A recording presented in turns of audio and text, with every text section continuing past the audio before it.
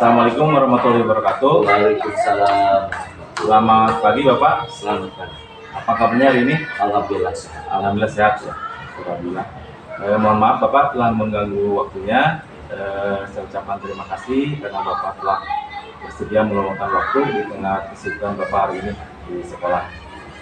Adapun maksud saya, tujuan saya menemui Bapak yaitu yang pertama mungkin saya sebagai calon guru penggerak berkaitan dengan tugas saya sebagai CGP, yaitu mewawancari Bapak kaitan dengan pengalaman Bapak sebagai kepala sekolah di sekolah ini. Yang pertama mungkin saya meminta informasi dan berbagi pengalaman mungkin ya Pak, berbagi pengalaman tentang pengambilan keputusan yang khususnya keputusan yang berkaitan dengan dilema etika maupun rujukan moral. Yang mana menurut saya pengalaman Bapak ini pasti sangat luar biasa sekali selama Bapak memimpin di sekolah ini.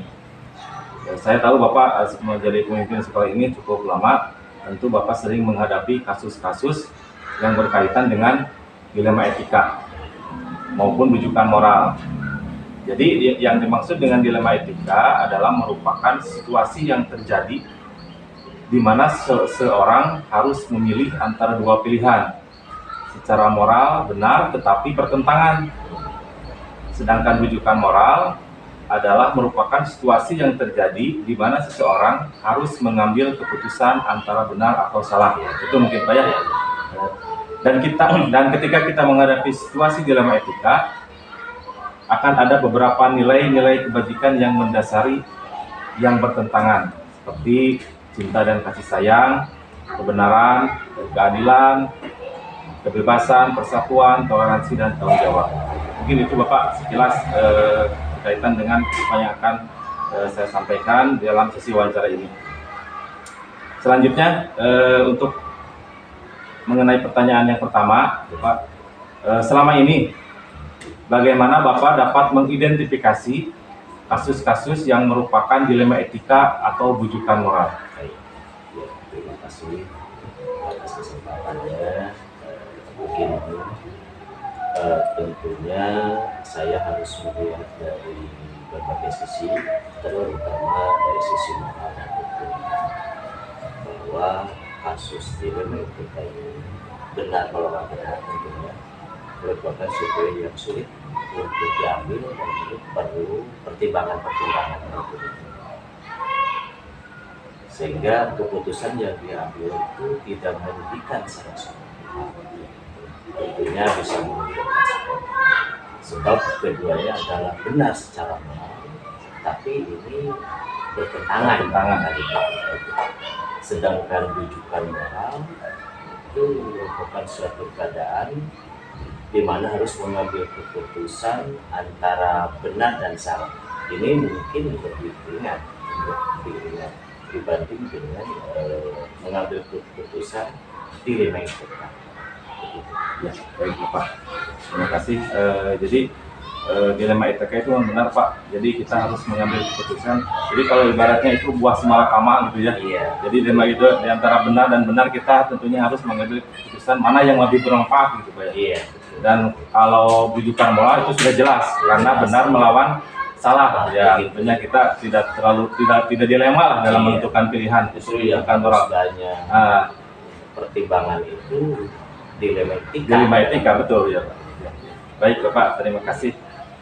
Selanjutnya selama ini Pak, bagaimana Bapak menjalankan pengambilan keputusan di sekolah Bapak, terutama untuk kasus-kasus di mana ada dua kepentingan yang sama-sama benar, atau sama-sama mengandung nilai kebajikan.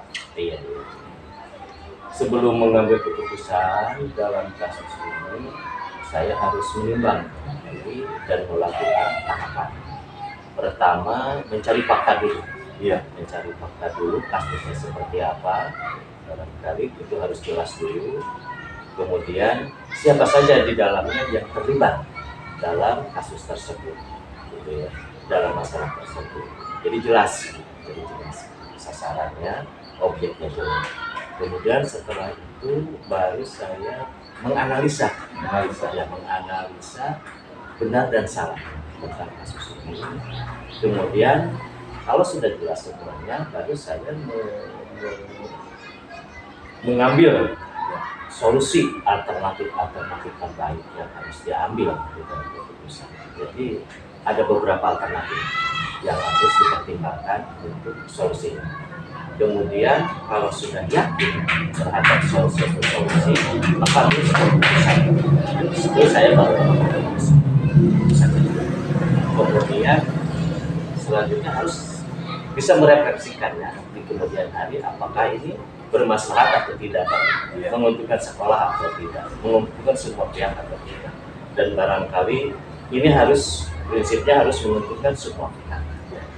Baik Bapak, terima kasih. Tadi yang Bapak sampaikan yaitu yang pertama itu mencari fakta, Iya. betul Bapak. Jadi melihat siapa yang terlibat, gitu, Pak. Siapa saja yang terlibat. Yang kedua mungkin tadi menganalisis benar atau salah dan membuat berbagai alternatif solusi, begitu ya Pak ya. Ya. Nah, selanjutnya mungkin Bapak membuat sebuah keputusan dan merefleksikannya. Iya. Baik Bapak, untuk pertanyaan selanjutnya yaitu langkah-langkah atau prosedur seperti apa yang biasa Bapak lakukan selama ini kaitan dengan pengambilan keputusan? Langkah-langkah yang biasa saya lakukan, pertama mengumpulkan dulu fakta-fakta. Fakta-faktanya apa yang terjadi akan saya kumpulkan secara cermat. Kemudian tidak hanya mengubah fakta, tapi juga mencari informasi dari pihak-pihak yang terlibat tadi. Karena ini perlu sekali kami meng-cross-check kebenaran dari fakta yang ada. Kemudian kita analisa kasusnya, benar dan salahnya. Kemudian saya buat alternatif solusinya. Kemudian saya juga tidak lupa meminta pertimbangan dari rekan sejawat, dari teman-teman saya, dari guru-guru atau dari pihak lainnya, untuk menangani masalah-masalah yang sangat dilema. Karena tadi dilema gitu ya, dilema itu perlu sekali pertimbangan sebelum membuat keputusan. Dan kalau semua itu sudah dilalui, maka saya baru bisa membuat keputusan dan merefleksikan. Ya, baik Bapak. Intinya dalam pengambilan keputusan tentunya kita memerlukan kolaborasi ya Pak ya, dengan rekan sejawat, karena tidak bisa memutuskan secara sepihak, harus berkolaborasi dengan rekan-rekan sejawat ya. Mereka harus dilibatkan. Betul sekali Bapak. Baik, hal-hal apa saja Pak yang selama ini Bapak anggap efektif dalam pengambilan keputusan pada kasus-kasus dilema etika? Iya, dalam hal ini tentunya tantangan dalam pengambilan keputusan ini yang mempunyai nilai kebenaran dan kepentingan yang sama, tetapi saya harus bisa memprioritaskan mana yang lebih utama, mana yang lebih maslahat, kemudian dampaknya barangkali, terutama harus mempertimbangkan dampak dari sebuah keputusan yang diambil, sehingga tidak ada pihak yang dirugikan, kemudian tidak berpihak. Saya harus netral, betul-betul bertujuan untuk mencari solusi yang terbaik dan menguntungkan semua. Baik Pak, terima kasih. Untuk pelajaran selanjutnya yaitu hal-hal apa saja yang selama ini merupakan tantangan dalam pengambilan keputusan pada kasus-kasus dilema etika, itu Pak. Tantangannya seperti apa? Tantangannya ya, dalam pengambilan keputusan Bapak. Tantangannya ini tidak boleh berpihak di salah seorang atau salah satu. Kemudian harus bisa memprioritaskan mana yang lebih baik, mana yang lebih penting. Kemudian tantangannya adalah dampaknya yang terjadi dari sebuah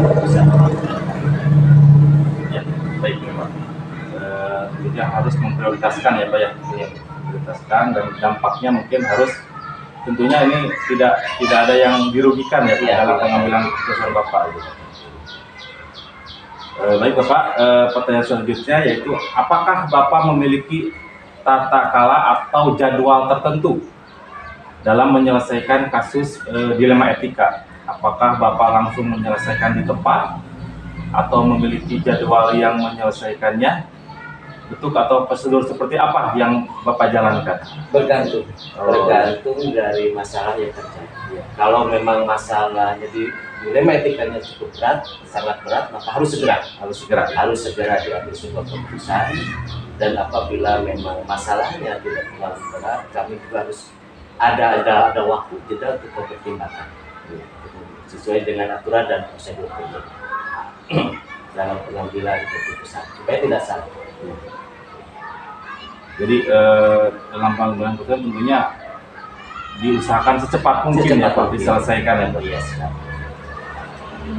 Baik, adakah seseorang atau faktor-faktor apa yang selama ini mempermudah atau membantu Bapak dalam pengambilan keputusan dalam kasus-kasus dilema etika?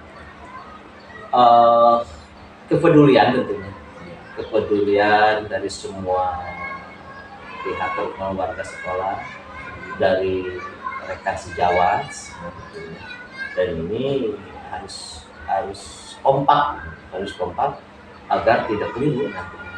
Jadi yang menunggal keputusan ini adalah sikap kepedulian dari semua pihak. Betul sekali Pak. Jadi sangat penting sekali kerjasama, keterbukaan, dan kolaborasi dengan rekan sejawat dan seluruh warga sekolah ya dalam menyelesaikan masalah-masalah yang terjadi di sekolah ini. Dari semua hal yang telah Bapak sampaikan, pembelajaran apa yang dapat Bapak petik dari pengalaman Bapak mengambil keputusan dilema etika? Tentunya setelah terjadi beberapa kasus dilema etika, kemudian mempertimbangkan dari faktor-faktor pendukung dan sebagainya, ini membuat saya lebih bijak. Saya tidak gegabah dalam mengambil sebuah keputusan, sehingga tidak ada pihak yang dirugikan dan tidak berat sebelah. Barangkali kami harus netral, dan tentunya ini memerlukan telahan yang sangat matang barangkali. Jadi tidak gegabah dalam hal ini. Kemudian semua harus siap menerima keputusan, saling menghargai, menghormati, dan menjalankan keputusan. Tentunya itu harapan saya. Baik Bapak, terima kasih atas jawaban-jawaban Bapak. Dan yang terakhir tentunya betul sekali dari pengambilan keputusan yang dengan langkah-langkah yang tepat, tentunya itu sangat baik secara pengambilan keputusan, karena bisa lebih bijak dalam mengambil keputusan, lebih matang gitu kan, seperti itu. Dan kedua belah pihak harus siap menerima, menghargai, menghormati, dan melaksanakan keputusan itu ya Pak. Baik Bapak, terima kasih. Demikian wawancara kali ini terkait dengan pengalaman Bapak yang sangat berharga tentunya, pengalaman yang luar biasa. Saya mungkin banyak mendapat pelajaran dari Bapak terkait pengalaman Bapak dalam hal pengambilan keputusan yang sangat bijak tentunya ya, demi kebaikan bersama. Sama-sama. Terima kasih Bapak. Sekali lagi mohon maaf telah mengganggu waktunya. Saya tutup. Assalamualaikum warahmatullahi wabarakatuh.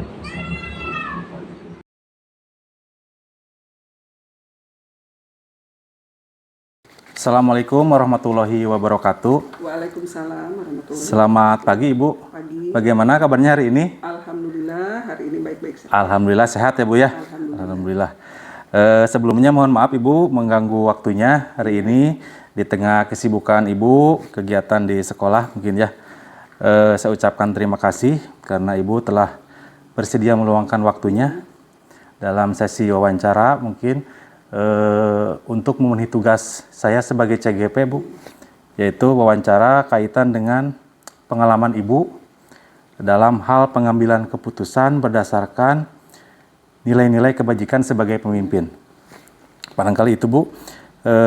Adapun maksud dan tujuan saya menemui Ibu adalah meminta informasi dan berbagi pengalaman mungkin ya Bu ya, mengenai tentang pengambilan keputusan yang khususnya keputusan yang berkaitan dengan dilema etika maupun bujukan moral. Yang mana menurut saya pengalaman Ibu tentu sungguh sangat luar biasa, karena Ibu mungkin sudah lama ya Bu ya, di sini sudah berapa tahun Bu? Insya Allah sudah mau 4 tahun. Mau 4 tahun ya, itu pengalaman yang luar biasa sekali. Tentunya banyak pengalaman dari Ibu terkait dengan kasus-kasus di sekolah mungkin Ibu ya. Baik Bu, kaitan dengan dilema etika itu Bu adalah merupakan situasi yang terjadi di mana seseorang harus memilih antara dua pilihan secara moral benar tetapi bertentangan mungkin Bu ya. Sedangkan bujukan moral adalah merupakan situasi yang terjadi di mana seseorang harus mengambil keputusan antara benar atau salah. Mungkin itu Bu sekilas ya, kaitan dengan dilema etika maupun bujukan moral. Dan ketika kita menghadapi situasi dilema etika, akan ada beberapa nilai-nilai kebajikan yang mendasari yang tentunya akan bertentangan Bu. Ya. Baik Ibu, untuk pertanyaan pertama, mungkin ya, selama ini Bu, bagaimana Ibu dapat mengidentifikasi kasus-kasus yang merupakan dilema etika maupun bujukan moral Bu? Menurut saya tuh akan mencari tahu nilai-nilai atau kebajikan apa yang terdapat dalam kasus tersebut. Lalu saya melihat dari sudut pandang moral dan hukum. Apakah kasus tersebut melanggar hukum, maka sudut tertentu benar lawan salah Pak, namun benar lawan salah. Namun jika masih bisa dikatakan benar lawan benar, masalah tersebut adalah dilema etika. Ya, baik Ibu. Jadi Ibu melihatnya mungkin dari sisi moral maupun hukum ya Bu ya. Kalau dilihat dari sisi hukum udah jelas berarti ya, itu merupakan bujukan moral karena sudah jelas mana yang benar, mana yang salah ya. Kalau melanggar hukum sudah pasti itu adalah salah. Dan secara moral mungkin akan bertentangan dan kalau dilema etika mungkin Bu ya, itu benar melawan benar, tetapi mungkin dari sisi moralnya bertentangan seperti Ibu ya. Baik Ibu, selama ini bagaimana Ibu menjalankan pengambilan keputusan di sekolah Ibu, terutama untuk kasus-kasus di mana ada dua kepentingan yang sama-sama benar atau sama-sama mengandung nilai kebajikan? Selama ini saya melakukan identifikasi dan menganalisis kasus dari berbagai sudut pandang untuk mengetahui atau pokok permasalahan. Kemudian menimbang secara matang mana yang paling benar dan keputusan tersebut menguntungkan banyak orang atau tidak ada yang dirugikan. Ya, baik Ibu. Jadi selama ini mungkin Ibu ya mengidentifikasi atau melihat kasus itu dari berbagai sudut pandang Ibu ya. Harus mengetahui di akar atau pokok permasalahannya ya. Kemudian menimbang secara matang mana yang paling benar dan keputusan tersebut menguntungkan banyak orang. Jadi mungkin dalam hal ini tidak ada yang dirugikan ya Bu ya, dan memilih mana yang paling bermanfaat dari keputusan Ibu. Baik Ibu, selanjutnya langkah-langkah atau prosedur seperti apa yang biasa Ibu lakukan selama ini? Langkah-langkah yang saya lakukan terdiri dari mencari tahu penyebab permasalahan, menentukan siapa saja yang terlibat, memanggil orang-orang yang terlibat untuk mengkonfirmasi permasalahan, menanyakan kepada orang-orang terdekatnya, berdiskusi dengan warga sekolah, membuat beberapa solusi keputusan, menimbang lagi dari berbagai sudut pandang sebelum memutuskan atau mengambil solusi. Ya, baik Ibu. Tadi yang pertama yaitu mencari tahu dulu ya Bu, penyebab permasalahannya seperti apa ya. Menentukan siapa saja yang terlibat, memanggil orang terlibat dan mengkonfirmasi permasalahannya. Selanjutnya menanyakan kepada orang-orang terdekatnya dan berdiskusi, diskusikan. Jadi mungkin Ibu dalam hal ini tidak mengambil keputusan secara sepihak sendiri ya Bu ya.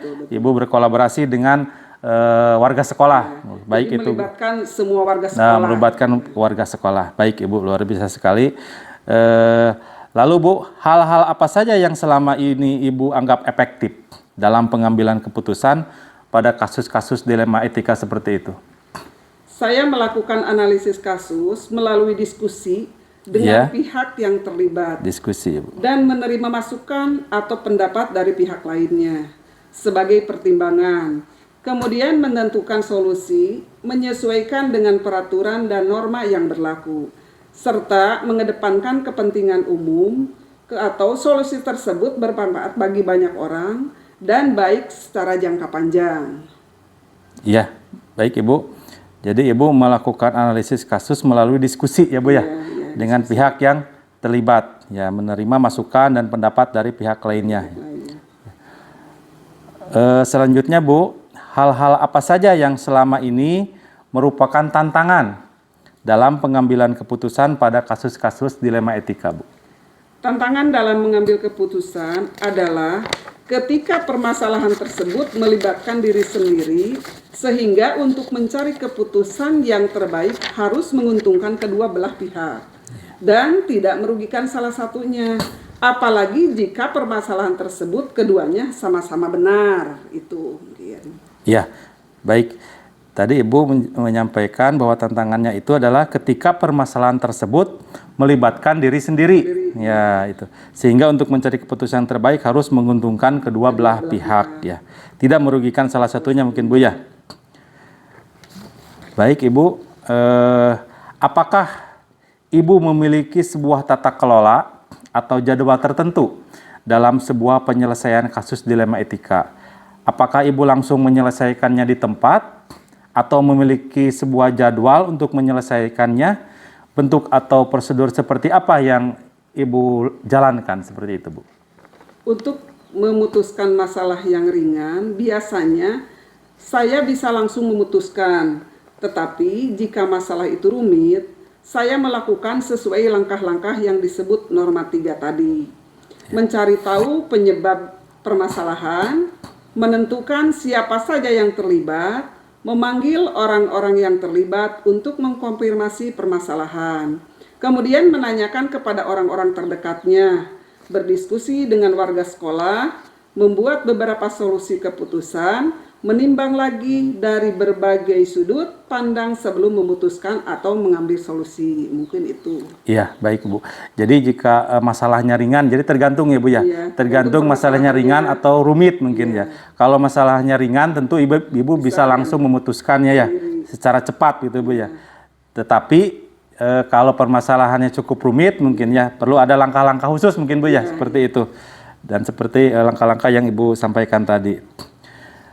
Selanjutnya Bu, adakah seseorang atau faktor-faktor yang selama ini mempermudah atau membantu Ibu dalam pengambilan keputusan dalam kasus-kasus dilema etika? Dalam mengambil keputusan, saya akan melibatkan pihak yang terlibat dan selalu mengajak warga sekolah atau stakeholder atau wali murid atau orang-orang yang mempunyai kedekatan personal dengan orang yang mengalami permasalahan. Jadi banyak yang membantu dalam mencari alternatif atau solusinya. Iya, jadi tentunya Ibu mungkin melibatkan semua orang ya Bu ya, dalam mengambil keputusan, melibatkan pihak yang terlibat dan selalu mengajak warga sekolah, baik itu wali murid dan komite yang mempunyai kedekatan personal dengan orang yang mengalami permasalahan ya. Ya, baik Ibu. Baik Ibu. Yang terakhir mungkin ya, dari semua hal yang telah Ibu sampaikan tadi, kira-kira pembelajaran apa yang dapat Ibu petik dari pengalaman Ibu mengambil keputusan, khususnya keputusan tentang dilema etika, Bu? Hal yang menjadi pembelajaran dan dapat saya ambil yaitu dalam mengambil keputusan saya harus meninggalkan keegoisan dari saya sendiri, sehingga menjadi terlebih bijaksana dalam menganalisis sebuah permasalahan untuk dijadikan pertimbangan, menentukan solusi yang tepat dan terbaik. Lalu jika permasalahan tersebut melibatkan diri sendiri, siap menerima konsekuensi dari hasil keputusan yang diambil. Mungkin itu yang bisa dari Ibu pengalaman Ibu selama ini. Iya. Baik Ibu, luar biasa sekali. Tadi mungkin pelajaran yang bisa diambil yaitu harus menanggalkan keegoisan Ibu ya, keegoisan diri sendiri. Jadi semua keputusan Ibu itu tidak bisa diputuskan mungkin secara sepihak, secara pribadi mungkin Ibu ya. Dan supaya lebih bijaksana lagi dalam pengambilan keputusan ya Bu, seperti itu. Baik Ibu, terima kasih atas waktunya. Setelah sesi wawancara ini banyak pelajaran yang bisa saya ambil dari pengalaman Ibu yang sangat luar biasa sekali. Mungkin ada hal lain Bu yang ingin disampaikan oleh Ibu? Kami sebagai narasumber mungkin masih banyak yang perlu Bapak cari lagi untuk sumber-sumber yang lainnya. Yeah. Mungkin boleh dari kepala sekolah yang lain baik, bisa kita berdiskusi lagi dan berbagai pengalamannya tentu berbeda. Mungkin dari saya sendiri pengalamannya seperti itu. Baik. Dan alhamdulillah mudah-mudahan bermanfaat bagi semuanya. Ya, baik, luar biasa sekali. Terima kasih Ibu. Terima kasih yang besar-besarnya. Semoga menjadi pembelajaran bagi saya tentunya ke depan. Baik Ibu, terima kasih. Saya tutup. Assalamualaikum warahmatullahi wabarakatuh. Lekas bergerak dalam pendidikan penggerak, ciptakan generasi unggul penopang bangsa.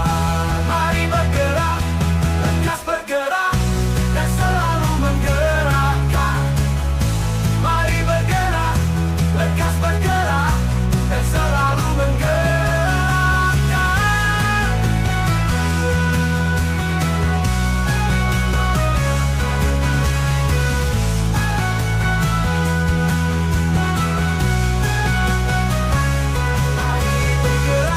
Bersama guru penggerak, menebar manfaat bagi pendidikan merdeka. Lekas bergerak dalam pendidikan penggerak,